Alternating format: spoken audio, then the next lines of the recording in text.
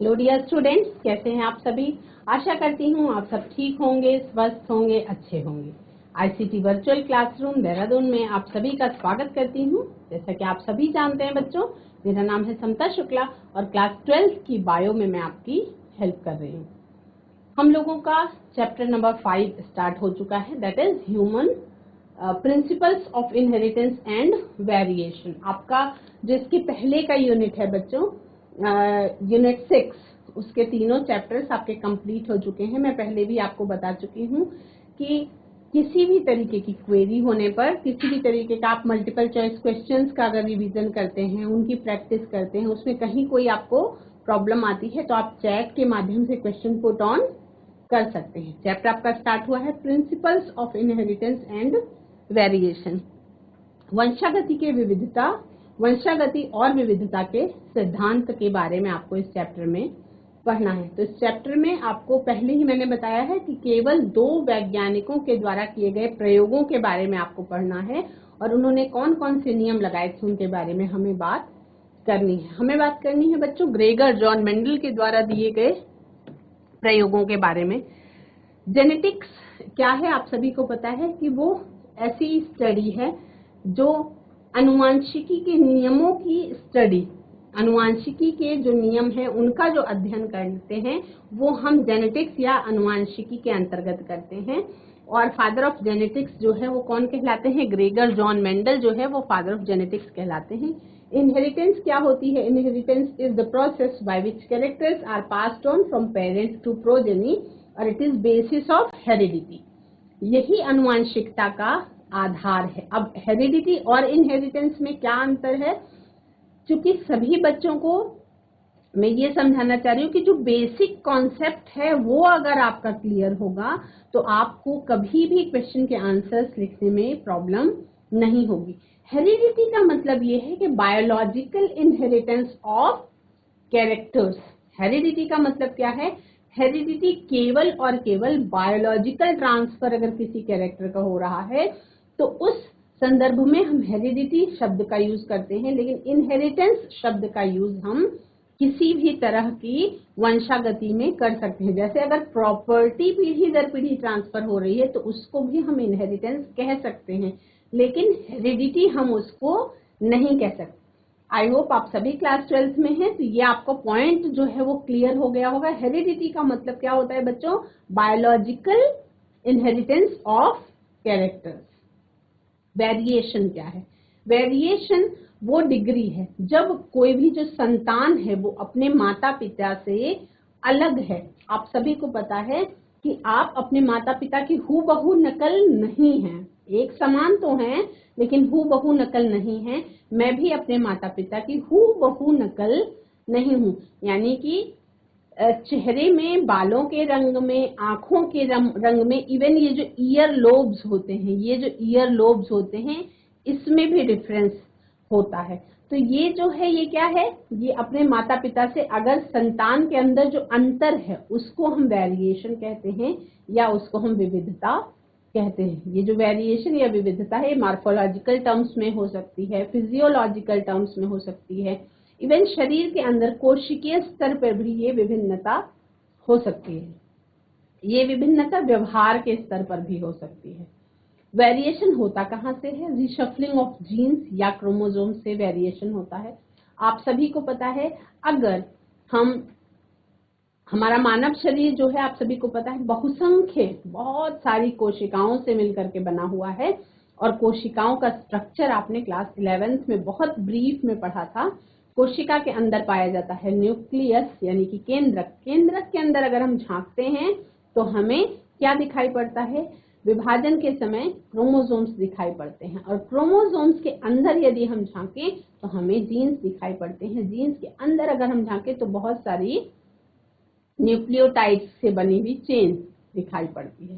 Chromosomes का structure आपको अगले चैप्टर में पढ़ाया जाएगा, जीन्स का, और आपको डीएनए का पूरा स्ट्रक्चर बताया जाएगा, तो उसके बारे में हम अगले चैप्टर में जानेंगे। आज बस हम ये जान रहे हैं कि विविधता जो है किसके कारण हो जाती है? वो हो जाती है क्रोमोसोम्स की। क्रोमोसोम्स के अंदर जीन की रीशफलिंग के कारण विभिन्नता आ जाती है। क्रॉसिंग ओवर के कारण हो सकती है, रिकॉम्बिनेशन के कारण, किसी भी प्रकार के उत्परिवर्तन के कारण हो सकती है या पर्यावरण के प्रभाव के कारण भी विभिन्नता हो सकती है। विभिन्नता की बात किसमें कर रहे हैं?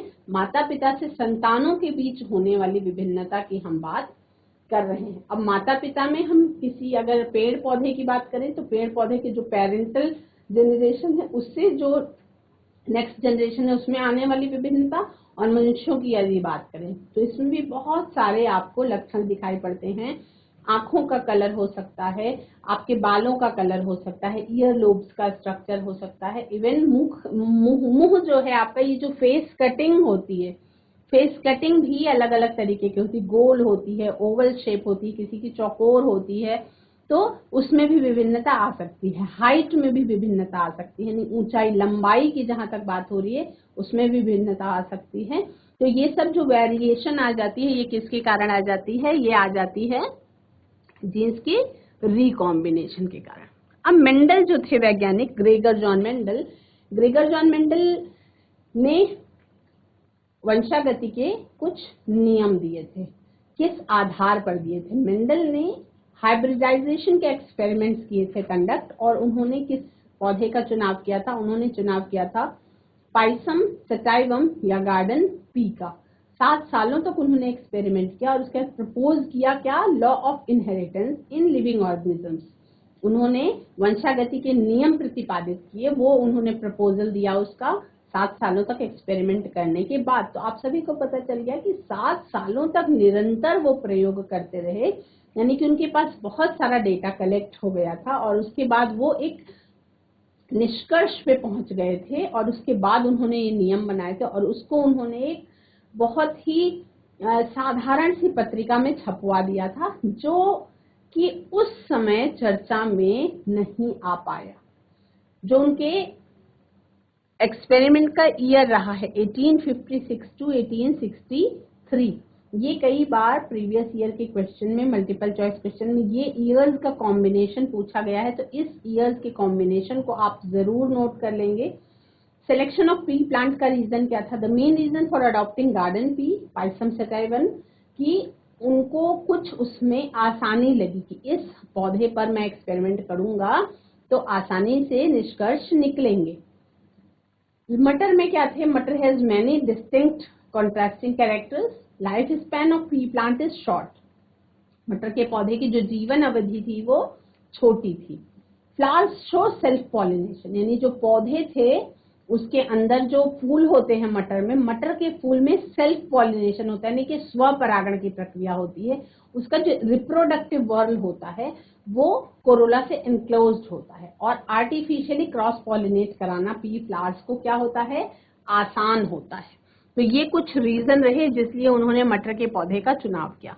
उनका वर्किंग मेथड क्या था कि एक टाइम पे उन्होंने एक ही लक्षण का चुनाव किया। He studied only one character at a time, और उन्होंने जितनी भी टेक्निक्स अवेलेबल थी क्रॉस पॉलिनेशन कराने के लिए, उनको क्रॉस पॉलिनेशन नहीं कराना था तो अवॉइड करने के लिए और अपनी इच्छा से क्रॉस पॉलिनेट कराने के लिए जितनी भी अवेलेबल टेक्निक्स थी उन्होंने सबका यूज किया।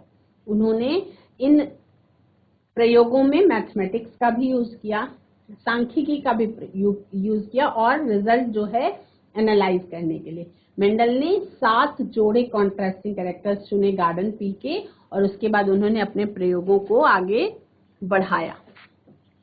संकरण के प्रयोगों में उन्होंने मटर के पौधे में 7 लक्षणों को चुना, यानी कि उन्होंने स्टेम हाइट को चुना, उन्होंने फ्लावर के कलर को देखा, फ्लावर की पोजीशन को देखा, उन्होंने पॉड शेप को देखा,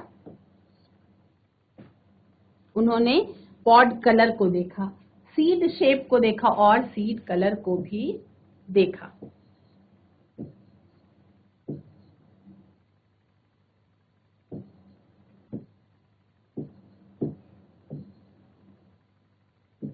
यानी उन्होंने 7 लक्षण चुने। अब इन 7 लक्षणों में, क्योंकि पिछले सेशंस में हम बात कर चुके हैं कि एक जीन जो होता है वो एक लक्षण के लिए होता है, लेकिन एक जीन पे हमेशा ही 2 एलील्स होते हैं, यानी एक लक्षण के 2 रूप होते हैं। जैसे लंबाई की यदि हम बात करें तो लंबा और छोटा, यदि हम फूल के रंग की बात करें तो वॉयलेट और व्हाइट, अगर हम पुष्प की स्थिति की बात करें तो एक्सियल और टर्मिनल। यदि हम फलियों के आकार की बात करें देन इन्फ्लेटेड एंड कंस्ट्रिक्टेड। यदि हम पॉड कलर की बात करें then it will be green और येलो, या हरा हो सकता है या पीला हो सकता है। यदि हम सीड शेप की बात करें राउंड हो सकता है या रिंकल्ड हो सकता है। यदि हम सीड कलर की बात करें तो येलो हो सकता है या ग्रीन हो सकता है। तो यानी कि एक जीन एक लक्षण के लिए उत्तरदायी है और इस पर एक जीन पर 2 एलील्स पाए जाते हैं। जब भी मेल और फीमेल में गैमीटोजेनेसिस की प्रोसेस के द्वारा गैमीट्स का फॉर्मेशन होता है तो गैमीट्स जो हैं वो हैप्लॉइड होते हैं, यानी एक लक्षण के लिए एक ही एलील एक गैमीट पे होगा। क्लियर बात को ध्यान देंगे, जब भी गैमीटोजेनेसिस की प्रोसेस होती है बच्चों तो वहां पे क्या होता है, मेल और फीमेल में हैप्लॉइड स्टेट आती है और गैमीट्स का फॉर्मेशन होता है। गैमीट्स जो हैं वो नेचर में हैप्लॉइड होते हैं, यानी कि हैप्लॉइड होने का मतलब है कि उनके पास एक लक्षण का जीन जो होता है उसमें 2 एलील्स होते हैं, तो हर एक गैमीट के पास एक ही एलील होता है। ये क्लियर ध्यान देंगे, किसी भी हैप्लॉइड गैमीट के पास यदि ऊंचाई के एलील की बात है तो या तो लंबा होगा या तो छोटा होगा, दोनों एलील्स एक ही गैमीट के पास पॉसिबल नहीं है ना। तो एक एलील कहां से मिलेगा, मेल गैमीट से, और एक एलील उसी कैरेक्टर का मिलेगा फीमेल गैमीट से, और उसके बाद जो कॉम्बिनेशन बनेगा वो कॉम्बिनेशन डिसाइड करेगा कि जो प्रोजेनी हो रही है उसकी लंबाई कितनी होगी। ये क्लियर समझ में आ गया है सभी बच्चों को।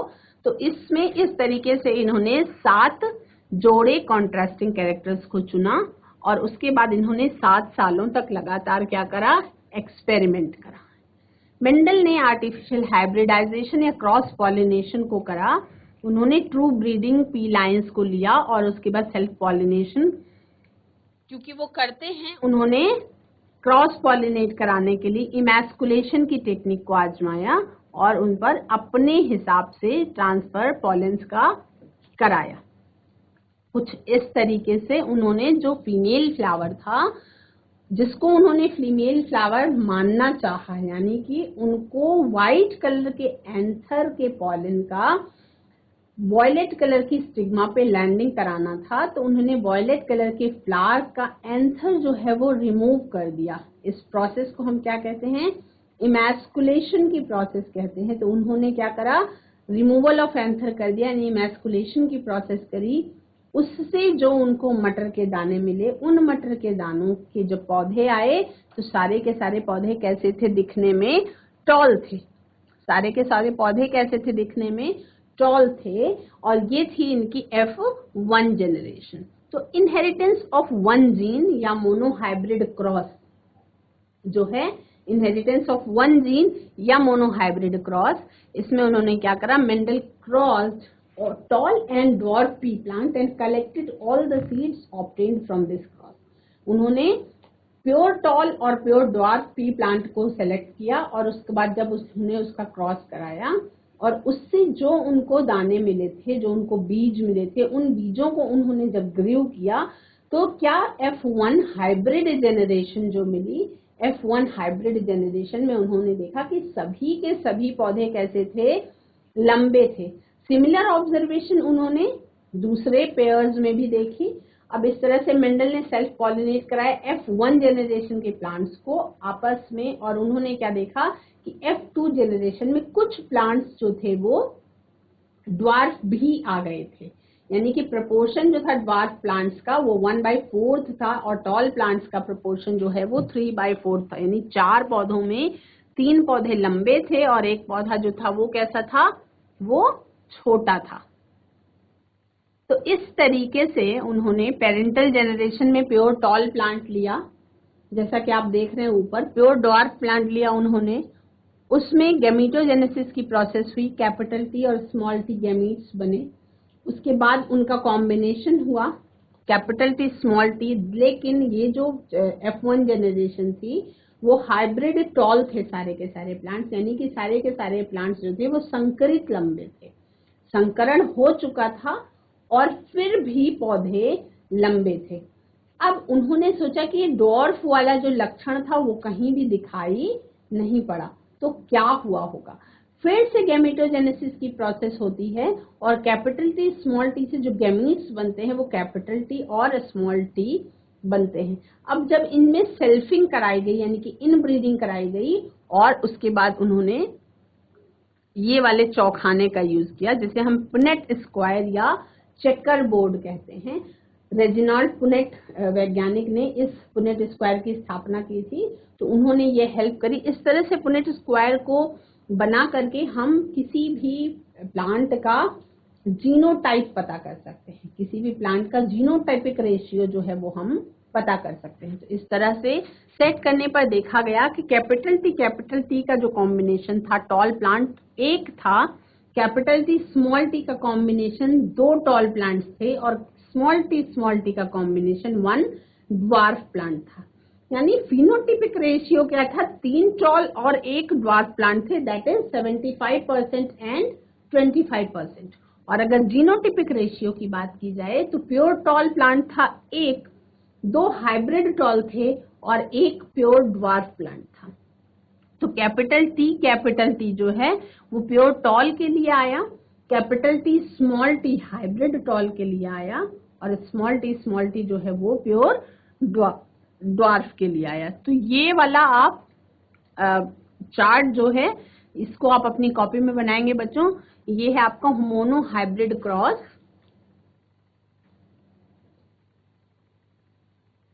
या इनहेरिटेंस ऑफ वन जीन। ये मोनो हाइब्रिड क्रॉस है या इनहेरिटेंस ऑफ वन जीन है। तो ये सभी बच्चे अपनी कॉपी में बना लेंगे और इसको कहीं अगर समझ में नहीं आ रहा है तो आप चैट के माध्यम से पूछ भी सकते हैं।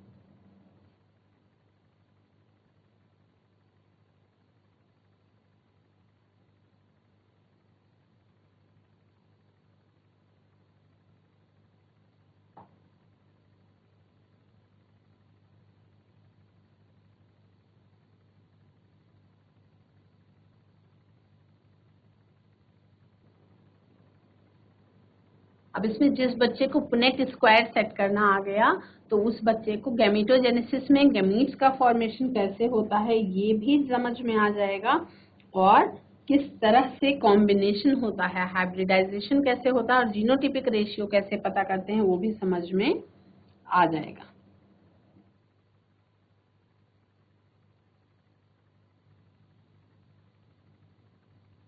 आगे बढ़ेंगे।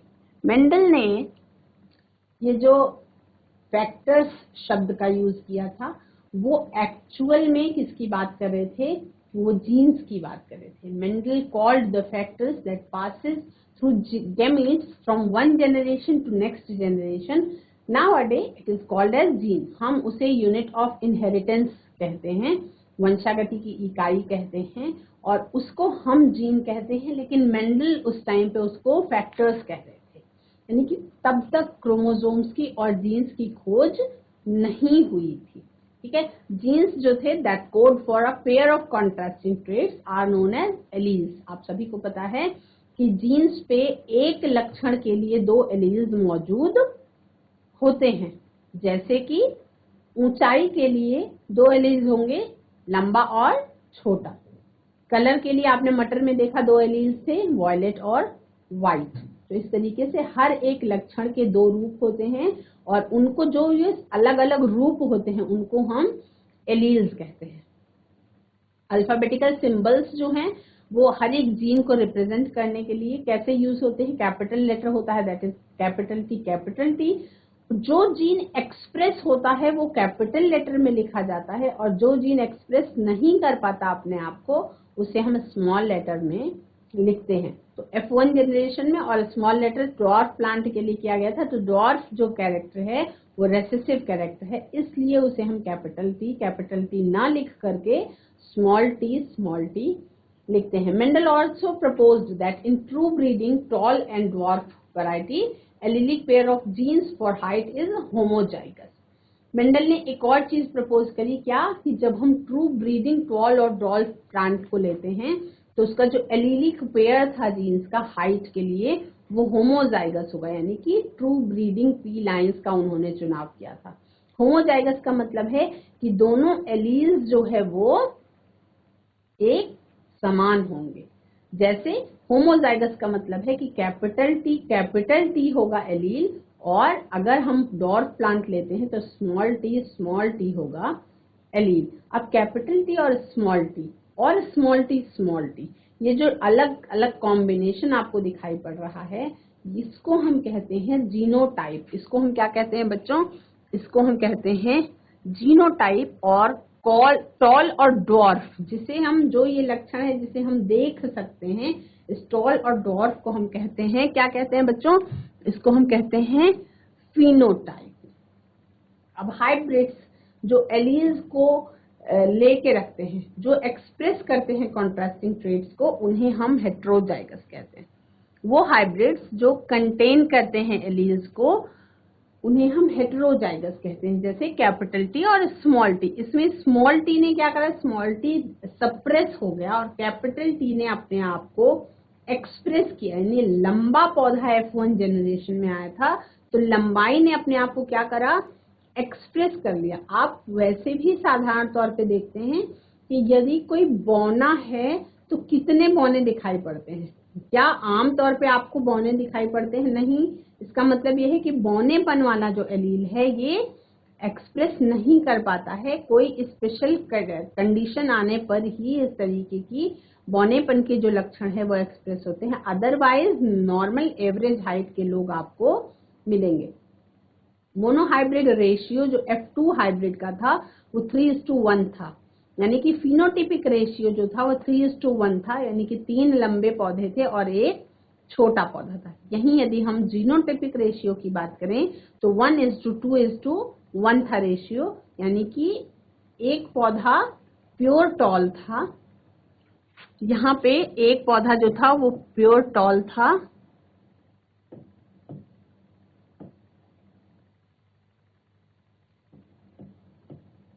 एक पौधा जो था वो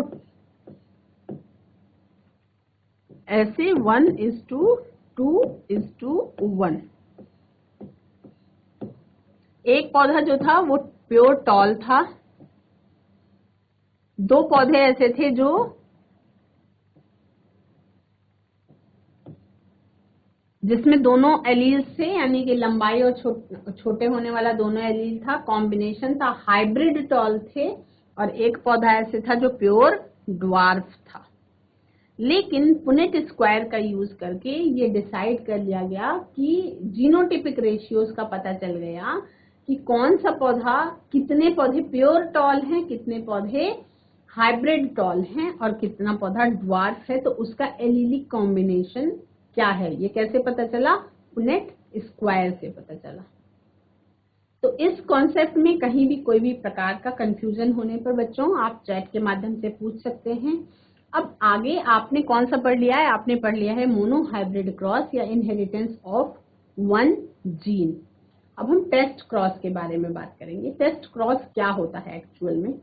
टेस्ट क्रॉस होता है ऐसा क्रॉस जो एक डोमिनेंट ट्रेट वाले इंडिविजुअल और एक रेसेसिव ऑर्गेनिज्म के बीच में करवाया जाता है और उसे हम डोमिनेंट ट्रेट कहते हैं। वो हेटेरोजाइगस भी हो सकता है और होमोजाइगस भी हो सकता है। तो हम किसके बारे में बात करने जा रहे हैं? नेक्स्ट हम बात करने जा रहे हैं बच्चों टेस्ट क्रॉस के बारे में। स्क्रीन पे आप डायग्राम देख रहे हैं। आपको बात क्या करनी है? प्रिंसिपल्स और लॉ ऑफ इनहेरिटेंस के बारे में। प्रिंसिपल्स और लॉ ऑफ इनहेरिटेंस के बारे में बात करनी है। तो मेंडल ने क्या करे थे बच्चों? मेंडल ने 3 नियम दिए थे। ग्रेगर जॉन मेंडल ने आनुवंशिकी के 3 नियम दिए थे। पहला नियम था प्रभाविता का नियम, दूसरा नियम था लॉ ऑफ सेग्रीगेशन और तीसरा नियम था लॉ ऑफ इंडिपेंडेंट असॉर्टमेंट, स्वतंत्र अपव्यूहन का नियम, प्रभाविता का नियम। और तो ये जो नियम थे बच्चों, इन नियमों को प्रतिपादित करने के लिए उन्होंने क्या किए होंगे? उन्होंने अलग अलग बहुत सारे टेस्ट किए होंगे। जैसा कि आप सभी को पता है कि उन्होंने बहुत सारे टेस्ट किए, लगभग 7 सालों तक वो क्या करते रहे, वो इसी तरीके के एक्सपेरिमेंट करते रहे, इसी तरीके के क्या करते रहे, वो एक्सपेरिमेंट करते रहे, और उसके बाद ही वो वंशागति के नियम दे पाए, है ना। तो based on observation of monohybrid cross के ऑब्जर्वेशन पे उन्होंने 2 नियम प्रतिपादित किए। जो हमने सबसे पहले मोनोहाइब्रिड क्रॉस या इनहेरिटेंस ऑफ 1 जीन की बात करी, वो जब इन्होंने प्रयोग कर लिया तो इस प्रयोग के आधार पर उन्होंने वंशागति के 2 नियम को दिया। वंशागति के 2 नियम उन्होंने बताए। पहला नियम था लॉ ऑफ डोमिनेंस। तो ये जो टेस्ट क्रॉस था बच्चों, टेस्ट क्रॉस में क्या देखा उन्होंने एक होमोजाइगस रेसेसिव व्हाइट फ्लावर लिया, होमोजाइगस रेसेसिव व्हाइट फ्लावर लिया, है ना। अब इसमें क्या देख रहे हैं कि व्हाइट फ्लावर लिया तो जो गेमीट्स का कॉम्बिनेशन था वो क्या हुआ, WW, ठीक है। अब इसमें इन्होंने देखा कि कैपिटल W स्मॉल w था, डोमिनेंट फिनोटाइप जो था वो आपको दिखाई पड़ा कि सारे के सारे फ्लावर्स जो थे वो पर्पल आ गए थे, वॉयलेट आ गए थे।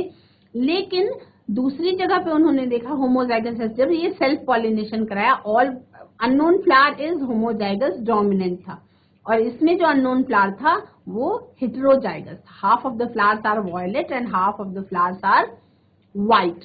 अब इसके आधार पे इन्होंने प्रिंसिपल और लॉ ऑफ इनहेरिटेंस यानी वंशागति के इन्होंने नियम दिए। तो मोनोहाइब्रिड क्रॉस का जो ऑब्जर्वेशन था उस पे मेंडल ने 2 वंशागति के नियम प्रपोज किए। तो पहला लॉ ऑफ डोमिनेंस क्या कहता है, लॉ ऑफ डोमिनेंस यानी कि प्रभाविता का नियम। प्रभाविता का नियम क्या कहता है कि characters are controlled by discrete unit called factors. जो भी लक्षण होते हैं वो किससे कंट्रोल होते हैं, डिस्क्रीट यूनिट्स से कंट्रोल होते हैं, जिन्हें हम क्या कहते हैं, जिन्हें हम फैक्टर्स कहते हैं। Factors always occur in pair. जो फैक्टर्स होते हैं वो हमेशा जोड़े में पाए जाते हैं। In a dissimilar pair of factors one member of pair dominate the other, यानी कि एक जोड़े में, जिसे हम फैक्टर कह रहे हैं, जिसे हम जीन कह रहे हैं, जीन के एक जोड़े में कुछ डिसिमिलर पेयर ऑफ फैक्टर्स होते हैं, जिसके कारण एक लक्षण डोमिनेट करता है दूसरे के ऊपर। प्रभाविता का नियम मतलब ये कह रहा है कि एक लक्षण अपना प्रभाव दूसरे लक्षण पर जमा लेता है। जैसे हमने मोनोहाइब्रिड क्रॉस की बात करी तो क्या हुआ था, F1 जनरेशन में ड्वार्फ प्लांट जो था उसका लक्षण कैसा हो गया, सप्रेस हो गया, और जो प्योर टॉल प्लांट था यानी लंबाई वाला लक्षण जो था उसने ड्वार्फ कैरेक्टर पर डोमिनेट किया। तो एक ही लक्षण के 2 एलील्स ने, एक एलील ने डोमिनेट किया यानी कि अपना प्रभाव जमाया। तो यही प्रभाविता का नियम है, और प्रभाविता का नियम ये कहता है कि एक लक्षण जो है वो प्रभावी होगा और दूसरा लक्षण क्या है, वो अप्रभावी हो जाएगा। तो law of dominance states that, प्रभाविता का नियम क्या कहता है, characters are controlled by discrete units.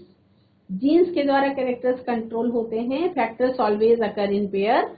जो भी जीन्स, जब ये फैक्टर्स की बात हो रही है, फैक्टर्स एक्चुअल में जीन्स की बात हो रही है, तो जीन्स हमेशा पेयर में मौजूद होते हैं, और एक एलीलिक जो सिमिलैरिटी होती है, एक जीन्स पे 2 एलील्स होते हैं और वो डिसिमिलर होते हैं। इसमें से एक लक्षण डोमिनेट करता है और दूसरा लक्षण क्या करता है, रेसेसिव रह जाता है।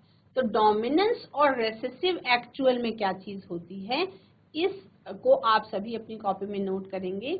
डोमिनेंस का मतलब है when a factor allele expresses itself in the presence or absence of its dominant factor called dominance। यानी कि यदि कोई एलील अपने आप को एक्सप्रेस कर देता है जब दूसरा एलील भी मौजूद है, उसके बाद भी एक्सप्रेस कर देता है, तो जो एक्सप्रेस होने वाला फैक्टर है वो डोमिनेंट होता है, और रेसेसिव का मतलब है it can only express itself in the absence of और its recessive factor allele. Dominant character क्या होता है, यदि रेसेसिव एलील मौजूद भी है फिर भी वो डोमिनेट करेगा।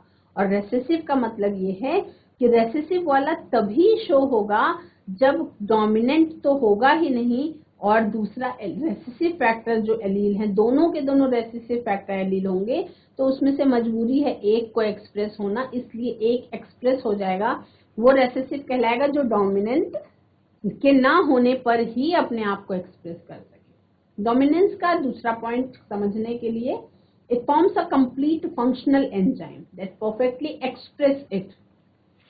जो डोमिनेंस है, डोमिनेंस वाला लक्षण शो होने के लिए एक कंप्लीट फंक्शनल एंजाइम की सिंथेसिस होती है जीन्स पर, जो आपको परफेक्टली एक्सप्रेस कर पाता है अपने आप को।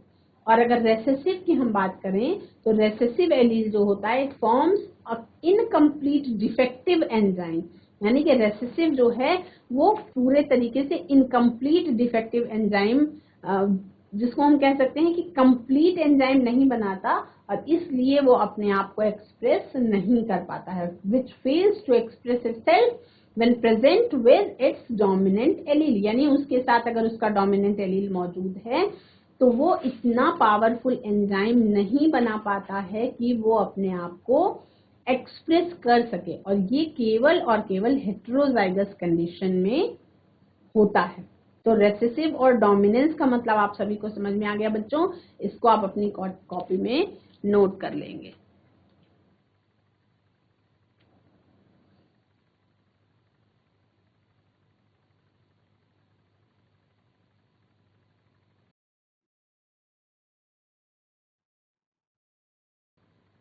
बच्चों आज की क्लास में आप सभी ने लॉ ऑफ डोमिनेंस यानी प्रभाविता का नियम समझा। मेंडल ने जो मोनोहाइब्रिड क्रॉस का एक्सपेरिमेंट किया था उसके आधार पर उन्होंने दो नियम दिए थे वंशागति की, जिसमें से एक नियम प्रभाविता का नियम आप आज जान चुके हैं। और डोमिनेंस और रेसेसिव कैरेक्टर्स क्या होते हैं, किस तरह से डोमिनेंट कैरेक्टर जो है वो डोमिनेट करता है और किस तरह से रेसेसिव अप्रभावी रह जाता है, उसको भी आपने जाना। आज की क्लास में इतना ही। अगले सेशन में हम कुछ और अगले नियम के बारे में जानेंगे। That's all for today. Have a nice day. Take care.